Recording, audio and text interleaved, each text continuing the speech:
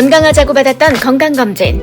건강검진 받다가 의료사고로 죽음의 요단강에 살짝 발을 적시고 온 엄마.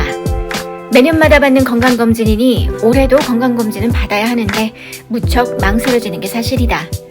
혹시 또 그런 일이 생긴다면 하는 두려움이 있긴 하지만 작년에 겪었던 사고는 일생에 한 번 겪을까 말까 하는 일이기에 올해도 엄마는 건강검진을 씩씩하게 받을 것이다.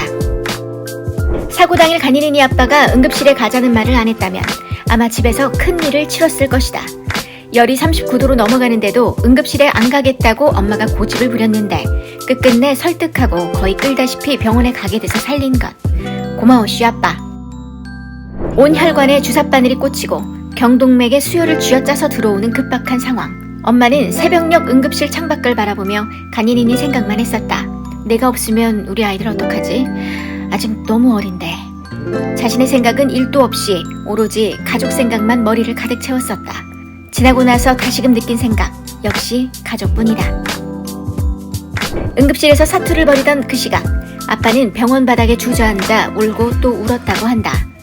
몇 해 전 갑작스럽게 세상을 떠나신 어머니의 상황과 오버랩되면서 간이린이 엄마도 그렇게 갑자기 떠나버릴까봐 두려웠다고 한다.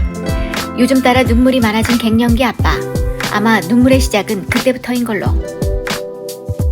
엄마가 중환자실에 있는 동안 가은이와 리은이는 평상시처럼 일상적인 시간을 보냈다.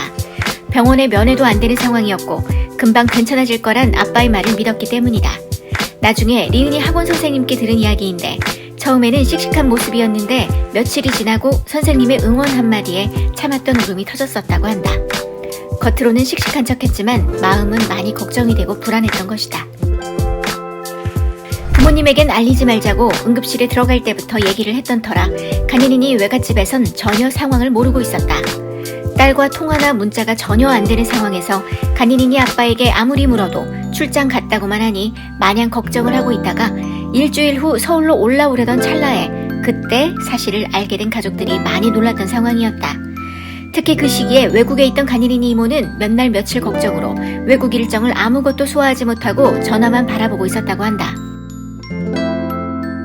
태어나고 난 후 트라우마가 생겼는데 바로 주사다. 주사만 보면 경기가 날 정도로 공포에 휩싸이는데 응급실과 중환자실에서 정말 많은 주사와 수혈을 받았던 터라 온몸이 다 주사바늘 자국이었다. 지금은 그때보다 주사에 대한 공포감이 아주 조금은 누그러졌지만 그래도 주사만 보면 가슴이 콩닥콩닥 긴장을 엄청 하게 된다. 아이처럼. 중환자실에 있던 엄마. 몸은 아프지만 정신만은 너무나 또렷하고 맑았었다.